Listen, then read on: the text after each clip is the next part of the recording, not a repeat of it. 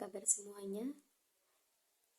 Kembali lagi dan saya Khorunisa dari kelas 2D Program Studi Pendidikan Agama Islam. Di sini saya akan menerangkan tentang analisis regularisasi kurikulum kemerdekaan dengan dosen pembimbing Dr. Ahmad Ihwanul Muttaqin MPDI. Baiklah, mari kita mulai.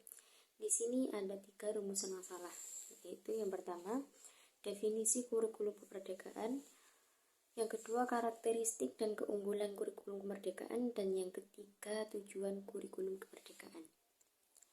Tapi sebelum masuk pembahasan, di sini ada latar belakang dirumuskannya kurikulum kemerdekaan adalah yang pertama, perubahan zaman yang semakin cepat, kompleks, dan tidak pasti. Dunia kerja dan kehidupan di masa depan membutuhkan keterampilan berpikir kritis, kreativitas, komunikasi, dan kolaborasi. Yang kedua, di sini ada perlunya peningkatan kualitas dan relevansi pendidikan di Indonesia agar dapat menghasilkan lulusan yang siap menghadapi tantangan zaman. Yang ketiga, keinginan untuk memberikan keleluasaan bagi suatu pendidikan dalam mengembangkan kurikulum sesuai dengan kebutuhan dan potensi daerah masing-masing. Dan yang keempat, masuk pada pembahasan yang pertama, yaitu apa sih kurikulum kemerdekaan itu?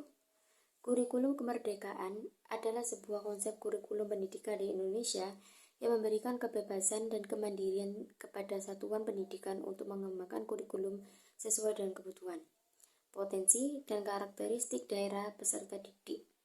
Secara umum, kurikulum kemerdekaan bertujuan untuk memberikan keleluasaan bagi suatu pendidikan dalam mengembangkan kurikulum yang sesuai dengan kebutuhan dan potensi daerah, serta mendorong pembelajaran yang berpusat pada peserta didik dan pengembangan potensi.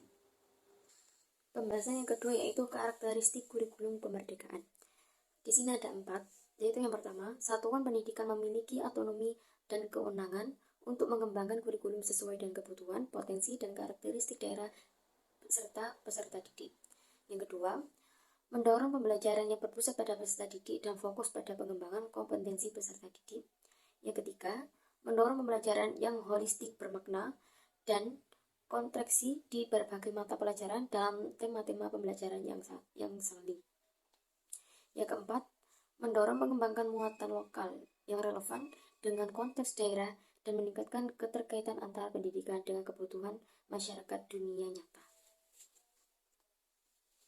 Adapun keunggulan kurikulum kemerdekaan yaitu yang pertama, kemandirian dan fleksibilitas satuan pendidikan. Yang kedua, pembelajaran berbasis kompetensi dan meningkatkan kualitas pembelajaran dan hasil dalam belajar peserta didik. Yang ketiga, pembelajaran terintegrasi dan penguatan pendidikan karakter. Yang keempat, relevansi dengan kebutuhan lokal dan kolaborasi pemangku kepentingan. Tujuan kurikulum kemerdekaan. Yang pertama, memberikan otonomi dan kewenangan yang lebih besar kepada satuan pendidikan dalam mengembangkan kurikulum dan meningkatkan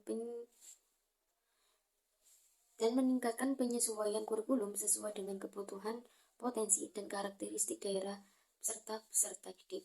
Yang kedua, mendorong pembelajaran berbasis kompetensi dengan menggeser fokus pembelajaran dari penguasaan materi ke pengembangan kompetensi peserta didik dan mendorong pembelajaran yang berpusat pada peserta didik. Yang ketiga, melibatkan peran aktif dan berbagai pemangku kepentingan seperti pemerintah, daerah, masyarakat. Jadi kesimpulannya, kurikulum Merdeka Belajar adalah inovasi dalam pendidikan Indonesia yang bertujuan untuk mengembangkan potensi dan minat belajar siswa. Kurikulum ini memberikan kebebasan kepada siswa dalam memilih minat belajar mereka, mengurangi beban akademik, dan mendorong aktivitas guru.